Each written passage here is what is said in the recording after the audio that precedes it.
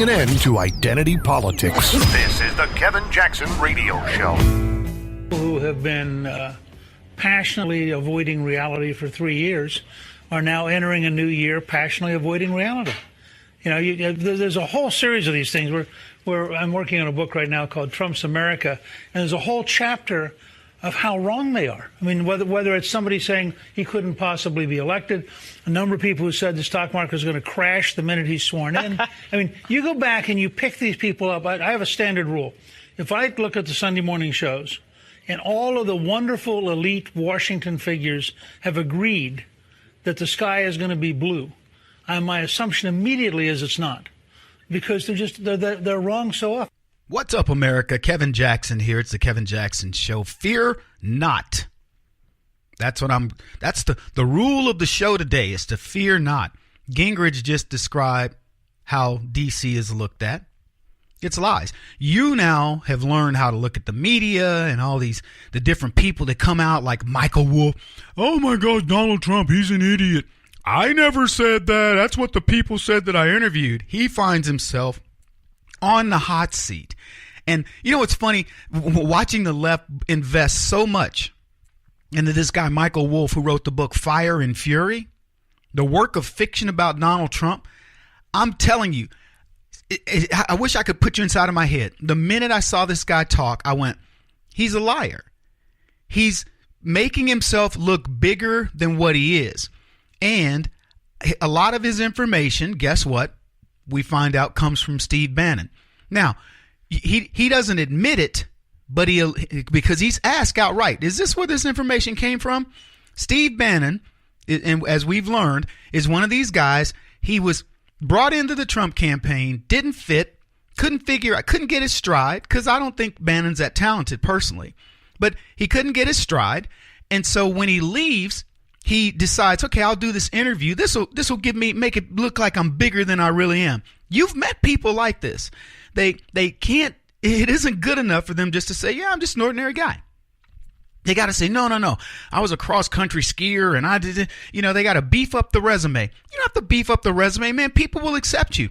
But people like Bannon, they get up there and they're like, okay, I gotta grab that brass ring.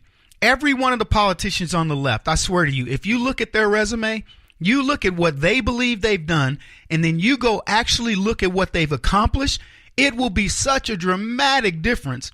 You'll wonder, how could you possibly write this about yourself? It is a lie. And you know what?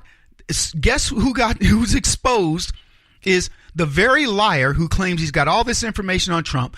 MSNBC, CNN, all these guys are running around doing interviews with this guy, selling this stupid book. The billionaire that's targeting Trump, he sent this book to everybody in Congress, I bet you this guy bought 500,000 copies or something so he could distribute it out because he's after Trump. And what do we find out? He's a liar. He's a bald-faced liar. And now the leftist media is starting to challenge him. Yeah. So there was an interview he did with a chick, I forget her name. She was on MSNBC, and she said something like, well, I saw a ring of truth in the book. There wasn't he's like, if you talk to people and it appears to be true and it has a ring of truth, well, then it could be true. That may be true about Schweitzer's book on Hillary Clinton, as he connected the dots on all the ways that the Clinton Foundation was doing their crooked stuff, but he based it on facts. Here are the facts. It wasn't conjecture of somebody going, well, I had a conversation with this guy, but that was refuted by this other person. He said, nope, here's what the Clinton Foundation did. Here's what Hillary did. Here's what Bill got. Here's how the Russians did it, etc. Then you can discern, is it real or is it not? His book is in no way close to this. And guess what? The lamestream media is finally going, wait a minute. This isn't passing the smell test. I swear, you have got to see this interview he did with Nora O'Donnell. I think she's on ABC or CBS. He's on a panel, and there are three people there, and Nora O'Donnell is asking him questions. I'm going to play you the clip here in a second. Get that clip ready for me. But here's what I really want you to understand. You have to see his body language when she starts asking these questions. So you can't see it, obviously, on radio, so I'm going to describe it for you. He's obviously caught in the headlights. You'll hear that in the way that he answers the questions. But when she asked him the final question, his eyes start to shift and he's looking up and around because he doesn't have an answer. And he knows he's been caught. And what's interesting is Nora's pressing without just blatantly saying this is a work of fiction. But she comes as close to it in the lamestream media that you could possibly come. And I'm going to give her credit. She was not holding back on this guy, kind of drilling down. Had that interview gone another minute and a half, this dude is toast.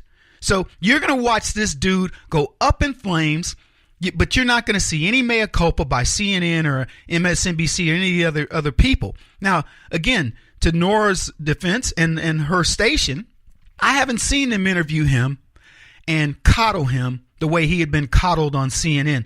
Jake Tapper, in his very bad interview he did with Stephen Miller, he actually used this thing as a Bible, and it finally got some people to go. I mean, when you watch the video, you're going, you act as if this is all, validated, verified information, and it isn't. But he treats it that way. Nora O'Donnell doesn't do that. So let's play that clip. Did you speak to members of the president's cabinet for this book? I did not. You did not? I did not. And did you speak with the vice president? I did not. When was the last time you spoke with the president for this book? As I've said all along here, and the White House seems very focused on this, and I've spent about 3 hours talking to the president over the course of the campaign, the transition, and in the White House. But the important point I want to make is that this book is not about my impression of the president. I came into this with no agenda. I continue to have no political agenda. Fair enough. But it reads like a running narrative. Like, as you say, you were a semi-permanent spot. You were a fly on the wall in the White House. But Exactly. It does also read like your main source is Steve Bannon. Would it be correct to sort of say that? It would be not correct. He's a very large source here, but there are many. You have written it's worse than you thought. It's worse than anybody thought, that he's mentally unstable, that he's an idiot. Okay, I didn't say this isn't. I did not say he's mentally unstable. I would not be qualified to do this. I'd say I have merely described, and mostly not my impressions, the impressions of other people, of the people he deals with. The president on a daily denies he basis. ever spoke with you for this book at all. Well, I think he probably had no idea he was speaking to me for this book. When I would meet the president in the White House, we would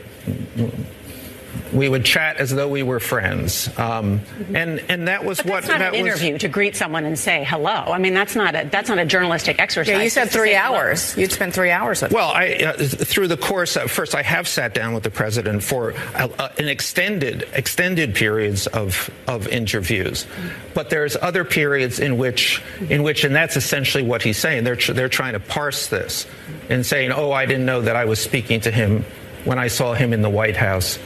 As an Just interview. to clarify, the White House says the last time they have a record of you meeting with President Trump was February 2017. That's just barely 100 days into his presidency. Did you interview him after that date? Let's separate this out. Welcome back. Ooh. I love that interview. Nora O'Donnell, you can tell she's playing investigative reporter. When was the last time you spoke with the president? That was the setup question. And he didn't answer because she had the information. She says the last time you were in the White House, according to the White House, was March of 2017. So she had the answer. She was waiting for him to give something, which he didn't. Well, I've spent 3 hours talking to the president, during the campaign, the transition in the White House. Now, if you're a fly on the wall in a campaign, which is what he says, and he claims he has no agenda, but if you're a fly on the wall, it means you have access.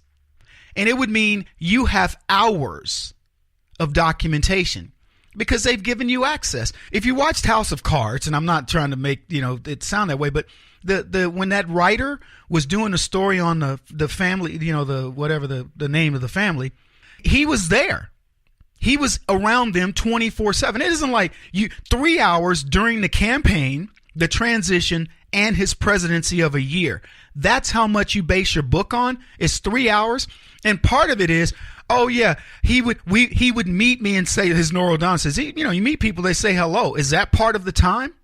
Is it, hey, how you doing, Mr. President? You stand around for 5 minutes as he talks to other people, and you go, check mark. That's like the way attorneys bill, right? Then she says his main source was Steve Bannon. No, not really, but yeah, he was a lot. And then everywhere he talked about mental instability, they showed pictures, and he had claimed that Mnuchin and all the generals were saying that Trump was unstable. Wolff is busted. He won't stop until he's the top-rated radio talk show host in America. What kind of weird competitive freak are you? This is the Kevin Jackson Radio Show.